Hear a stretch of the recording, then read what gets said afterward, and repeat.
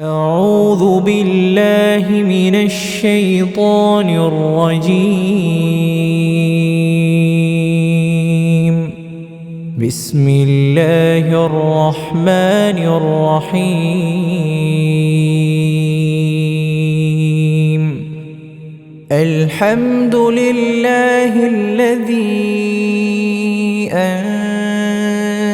على عبده الكتاب ولم يجعل له عوجا قيما لينذر بأسا شديدا من لدنه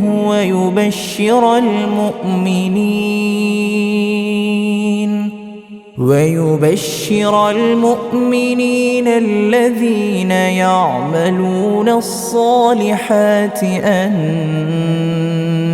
لهم أجرا حسنا ماكثين فيه أبدا وينذر الذين قالوا اتخذ الله ولدا ما لهم به من علم ولا لآبائهم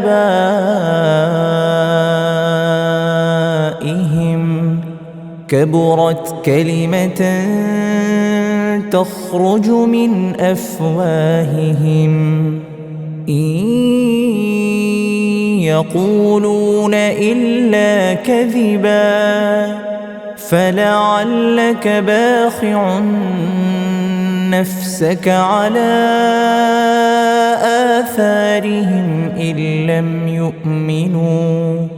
إن لم يؤمنوا بهذا الحديث أسفا إنا جعلنا ما على الأرض زينة لها لنبلوهم أيهم أحسن عملا وإنا لجاعلون ما عليها صعيدا جرزا أم حسبت أن أصحاب الكهف والرقيم كانوا من آياتنا عجبا إذ أوى الفتية إلى الكهف فقالوا ربنا آتنا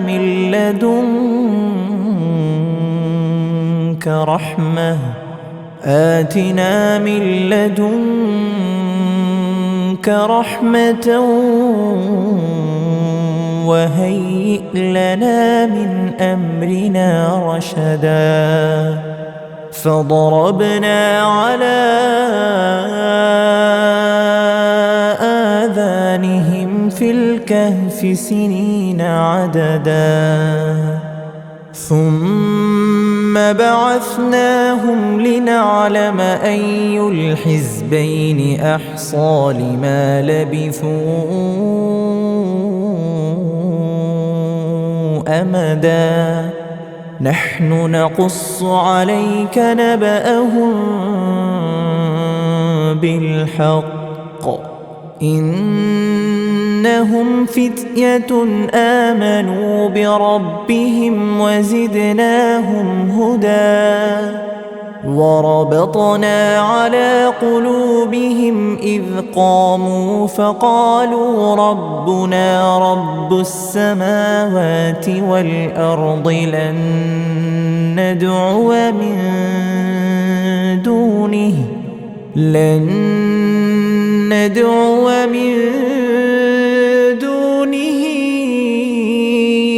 إلها لقد قلنا إذا شططا هؤلاء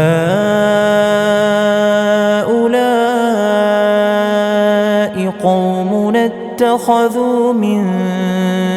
دونه آلهة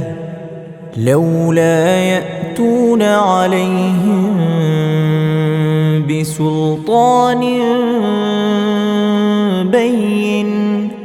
فمن أظلم ممن من افترى على الله كذبا وإذ اعتزلتموهم وما يعبدون إلا الله فأووا إلى الكهف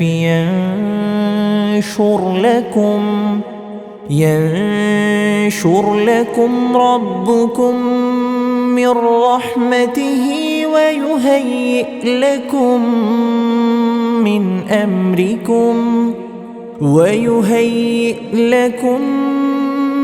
أمركم مرفقا وترى الشمس إذا طلعت تزاور عن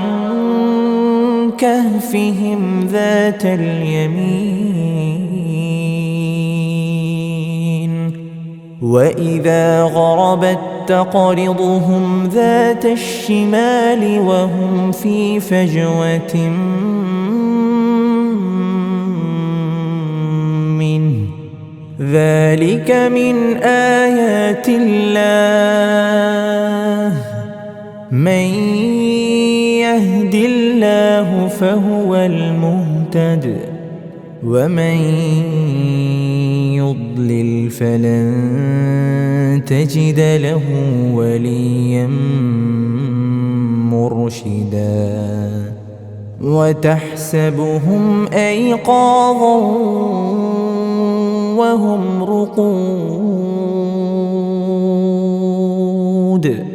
ونقلبهم ذات اليمين وذات الشمال وكلبهم باسط ذراعيه بالوصيد لو اطلعت عليهم لوليت منهم فرارا ولملئت منهم رعبا وكذلك بعثناهم ليتساءلوا بينهم قال قائل منهم كم لبثتم قالوا لبثنا يوما أو بعض يوم قالوا ربكم أعلم بما لبثتم فابعثوا أحدكم بورقكم هذه إلى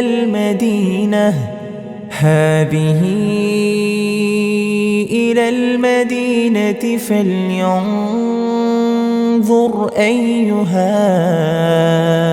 أزكى طعاما فليأتكم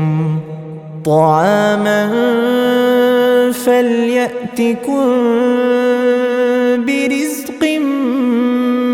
منه وليتلطف ولا يشعرن بكم أحدا إنهم إن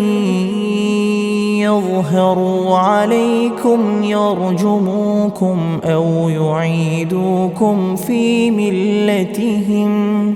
في ملتهم ولن تفلحوا إذن أبدا وكذلك أعثرنا عليهم ليعلموا أن وعد الله حق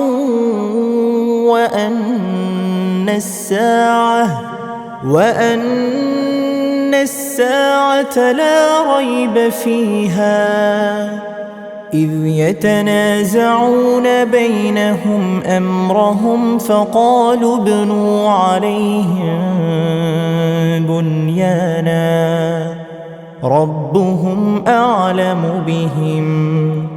قال الذين غلبوا على أمرهم لنتخذن عليهم مسجدا سيقولون ثلاثة رابعهم كلبهم ويقولون خمسة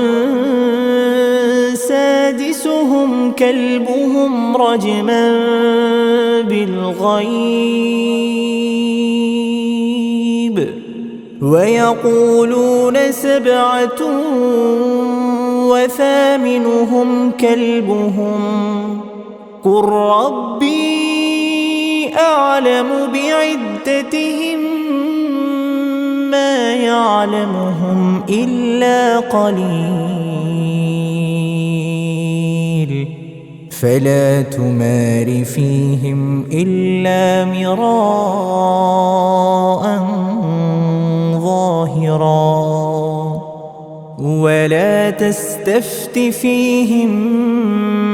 منهم أحدا ولا تقولن لشيء إني فاعل ذلك غدا إلا أن يشاء الله واذكر ربك إذا نسيت وقل عسى أن يهديني ربي لأقرب من هذا رشدا ولبثوا في كهفهم 300 سنين وازدادوا 9 قل الله أعلم بما لبثوا له غيب السماوات والأرض أبصر به وأسمع ما لهم من دونه من ولي ولا يشرك في حكمه أحدا واتل ما أوحي إليك من كتاب ربك لا مبدل لكلماته ولن تجد من دونه ملتحدا واصبر نفسك مع الذين يدعون ربهم بالغداة والعشي يريدون وجهه ولا تعد عيناك عنهم تريد زينة الحياة الدنيا ولا تطع من أغفلنا قلبه عن ذكرنا واتبع هواه وكان أمره فرطا وقل الحق من ربكم فمن شاء فليؤمن ومن شاء فليكفر إنا أعتدنا للظالمين نارا أحاط بهم سرادقها وإن يستغيثوا يغاثوا بماء كالمهل يشوي الوجوه بئس الشراب وساءت مرتفقا إن الذين آمنوا وعملوا الصالحات إنا لا نضيع أجر من أحسن عملا أولئك لهم جنات عدن تجري من تحتهم الأنهار الأنهار يحلون فيها من أساور من ذهب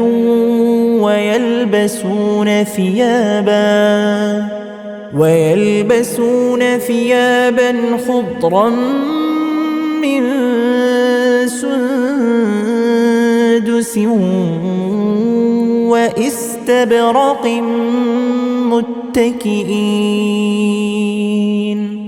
وإستبرق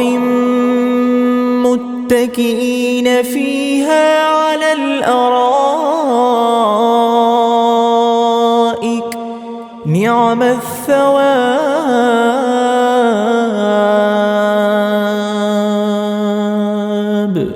وحسنت مرتفقا واضرب لهم مثل الرجلين جعلنا لأحدهما جنتين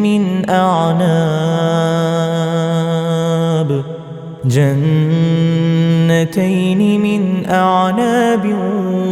وحففناهما بنخل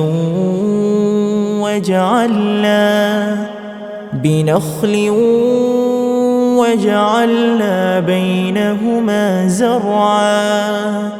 كلتا الجنتين آتت أكلها ولم تظلم منه شيئا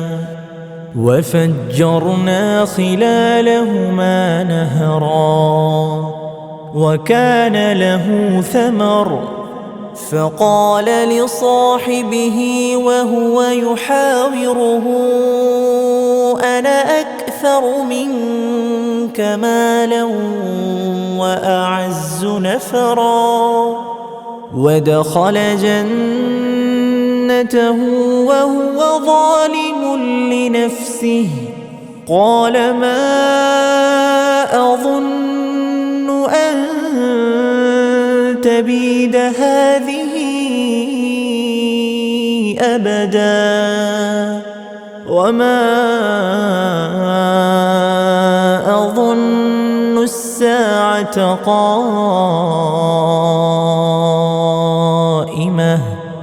ولئن رددت إلى ربي لأجدن خيرا منها منقلبا قال له صاحبه وهو يحاوره أكفرت بالذي خلقك من تراب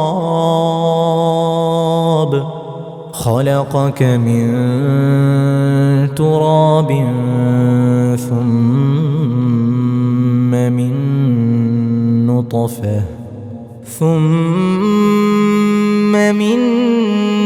نطفة ثم سواك رجلا لكن هو الله ربي ولا أشرك بربي أحدا ولولا إذ دخلت جنتك قلت ما شاء الله لا قوة إلا بالله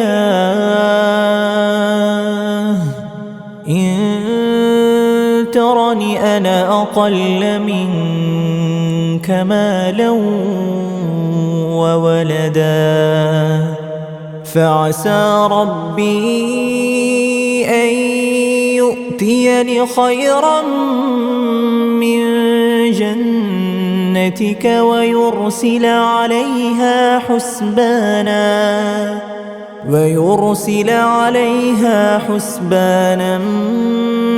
من السماء فتصبح صعيدا زلقا أو يصبح ماؤها غورا فلن تستطيع له طلبا وأحيط بثمره فأصبح يقلب كفيه على ما أنفق فيها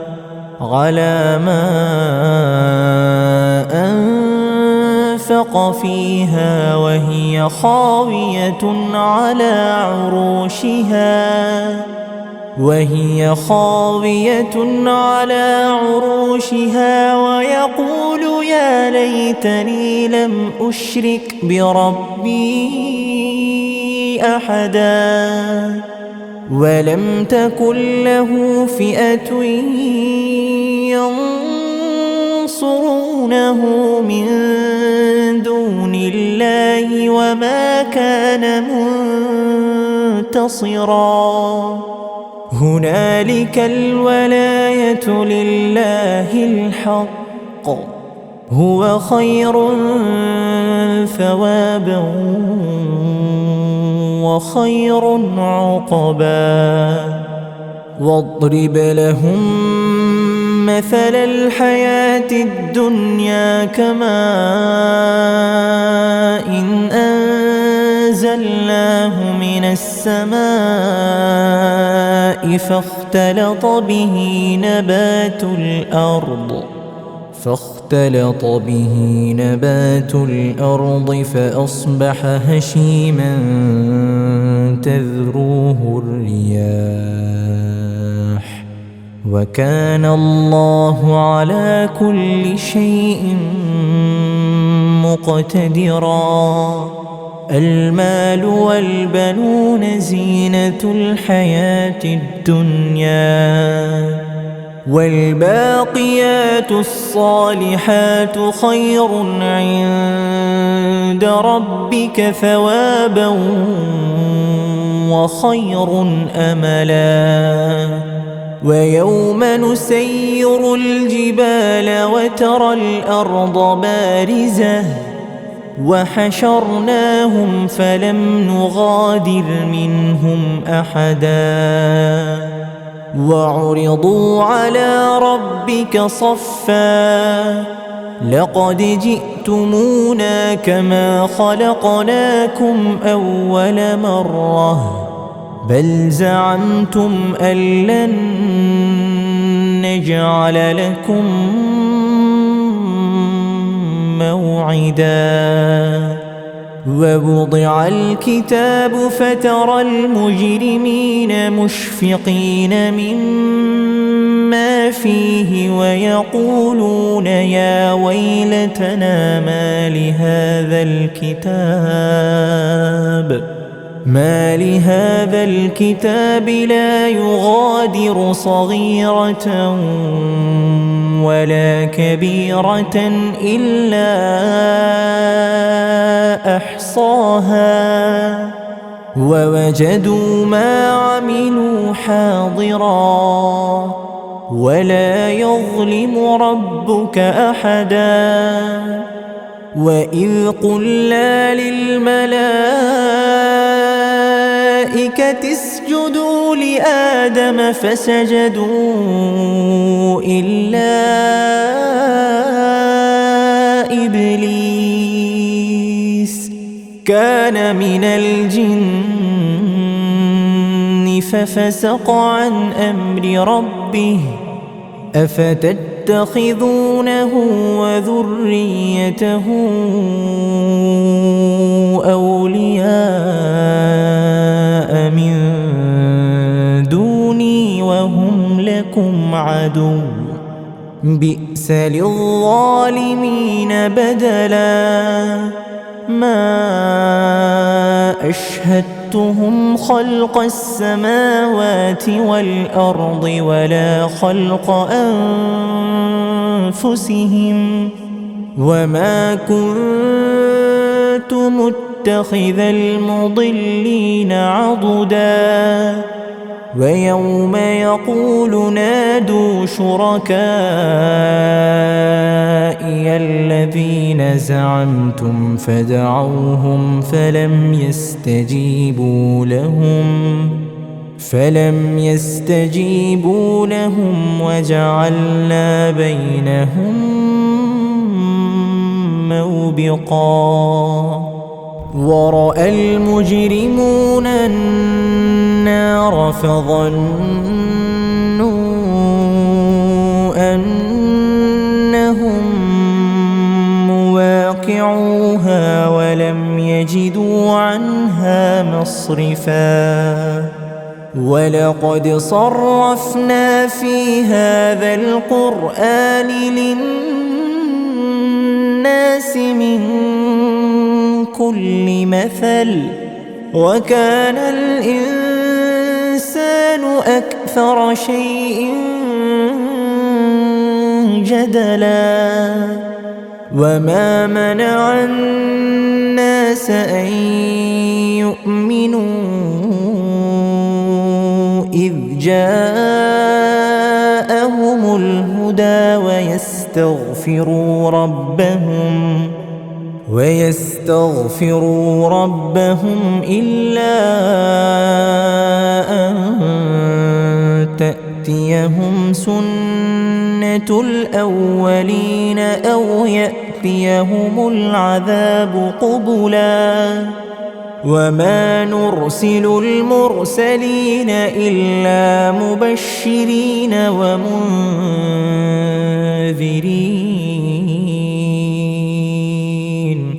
ويجادل الذين كفروا بالباطل ليدحضوا به الحق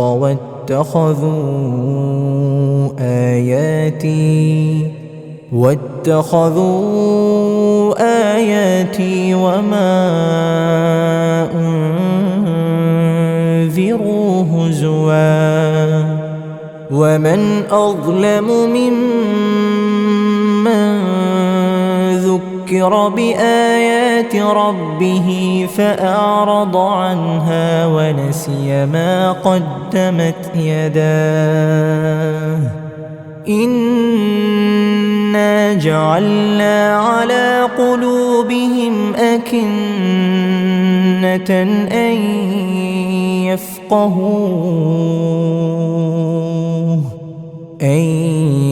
يفقهوه وفي آذانهم وقرا وإن تدعهم إلى الهدى فلن يهتدوا إذا أبدا وربك الغفور ذو الرحمة لو يؤاخذهم بما كسبوا لعجل لهم العذاب بل لهم موعد لن يجدوا من دونه موئلا وتلك القرى أهلكناهم لما ظلموا وجعلنا لمهلكهم موعدا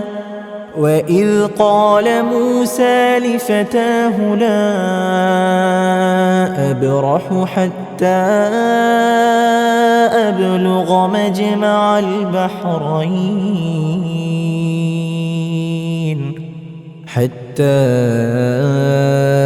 أبلغ مجمع البحرين أو أمضي حقبا فلما بلغا مجمع بينهما نسيا حوتهما فاتخذ سبيله في البحر سربا فلما جاوزا قال لفتاه آتنا غداءنا لقد لقينا من سفرنا هذا نصبا قال أرأيت إذ أوينا إلى الصخرة فإني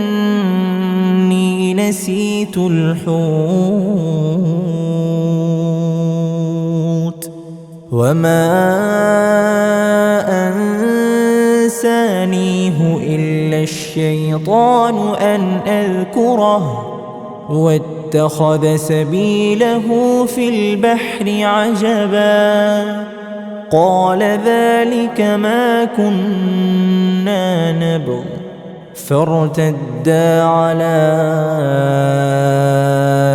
آثارهما قصصا فوجدا عبدا من عبادنا آتيناه رحمة من عندنا وعلمناه من لدنا علما قال له موسى هل أتبعك على أن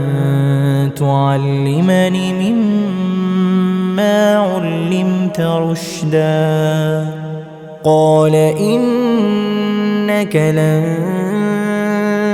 تستطيع معي صبرا وكيف تصبر على ما لم تحط به خبرا قال ستجدني إن شاء الله صابرا ولا أعصي لك أمرا قال فإن اتبعتني فلا تسألني عن شيء حتى أحدث لك منه ذكرا فانطلقا حتى إذا ركبا في السفينة خرقها قال أخرقتها لتغرق أهلها لقد جئت شيئا إمرا قال ألم أقل إنك لن تستطيع معي صبرا قال لا تؤاخذني بما نسيت ولا ترهقني من أمري عسرا فانطلقا حتى إذا لقيا غلاما فقتله قال أقتلت نفسا زكية بغير نفس لقد جئت شيئا نكرا قال ألم أقل لك إنك لن تستطيع معي صبرا قال إن سألتك عن شيء بعدها فلا تصاحبني قد بلغت من لدني عذرا فانطلقا حتى إذا أتيا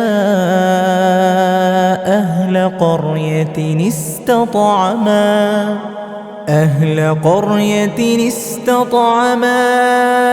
أهلها فأبوا أن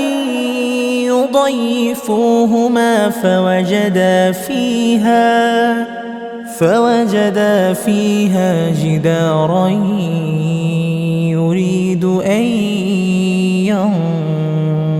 ينقض فأقامه قال لو شئت لاتخذت عليه أجرا قال هذا فراق بيني وبينك سأنبئك بتأويل ما لم تستطع عليه صبرا أما السفينة فكانت لمساكين يعملون في البحر فأردت أن أعيبها وكان وراءهم ملك يأخذ كل سفينة غصبا. وأما الغلام فكان أبواه مؤمنين فخشينا أن يرهقهما طغيانا وكفرا، فأردنا أن يبدلهما ربهما خيرا منه زكاة وأقرب رحما. وأما الجدار فكان لغلامين يتيمين في المدينة وكان تحته كنز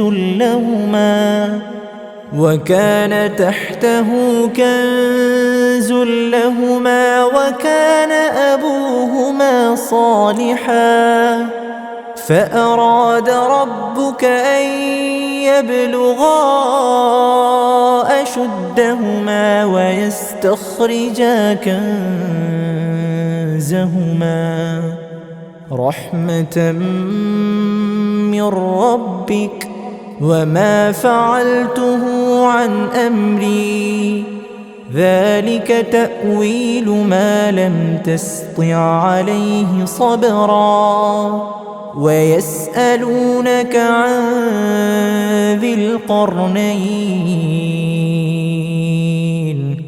قل سأتلو عليكم منه ذكرا. إنا مكنا له في الأرض وآتيناه من كل شيء سببا، فأتبع سببا حتى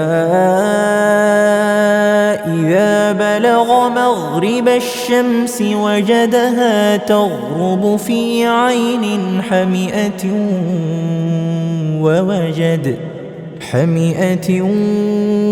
ووجد عندها قوما قلنا يا ذا القرنين إما أن تعذب وإما أن تتخذ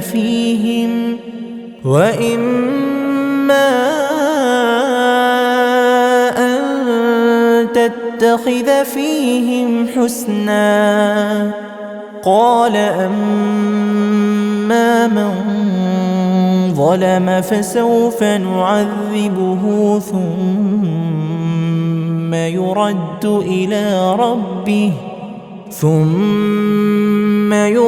إلى ربه فيعذبه عذابا نكرا. وأما من آمن وعمل صالحا فله جزاء الحسنى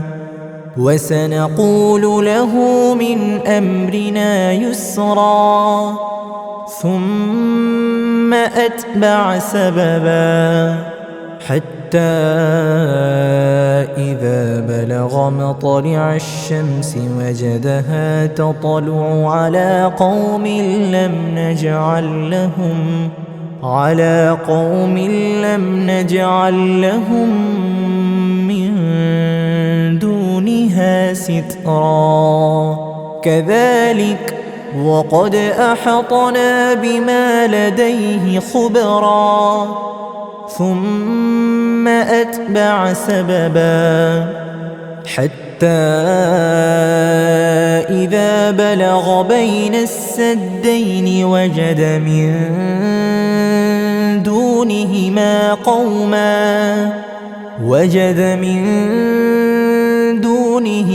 قوما لا يكادون يفقهون قولا. قالوا يا ذا القرنين إن يأجوج ومأجوج مفسدون في الأرض فهل نجعل لك خرجا على أن تجعل بيننا وبينهم سدا؟ قال ما مكني فيه ربي خير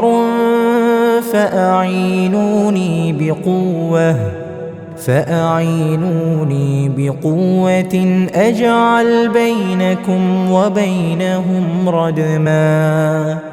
آتوني زبر الحديد حتى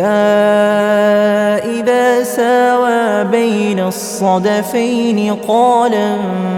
انفخوا حتى إذا جعله نارا قال آتوني أفرغ عليه قطرا فما استطاعوا أن يظهروه وما استطاعوا له نقبا قال هذا رحمة من ربي فإذا جاء وعد ربي جعله دكا وكان وعد ربي حقا وتركنا بعضهم يومئذ يموج في بعض ونفخ في الصور فجمعناهم جمعا وعرضنا جهنم يومئذ للكافرين عرضا الذين كانت أعينهم في غطاء عن ذكري وكانوا لا يستطيعون سمعا أفحسب الذين كفروا أن يتخذوا عبادي من دوني أولياء إنا أعتدنا جهنم للكافرين نزلا قل هل ننبئكم بالأخسرين أعمالا الذين ضل سعيهم في الحياة الدنيا وهم يحسبون أنهم يحسنون صنعا أولئك الذين كفروا بآيات ربهم ولقائه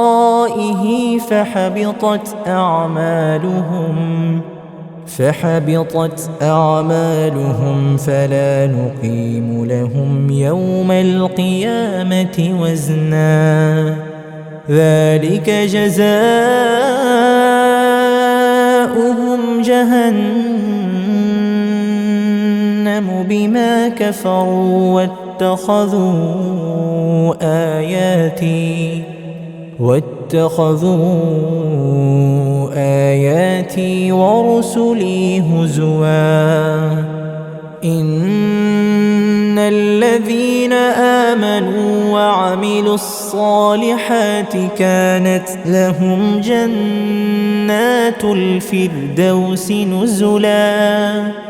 خالدين فيها لا يبغون عنها حولا قل لو كان البحر مدادا لكلمات ربي لنفد البحر قبل أن تنفد كلمات ربي ولو جئنا بمثله مددا قل إنما أنا بشر مثلكم يوحى إلي أنما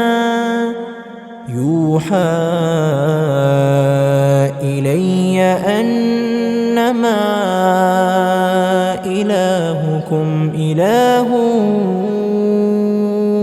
واحد. فمن كان يرجو لقاء ربه فليعمل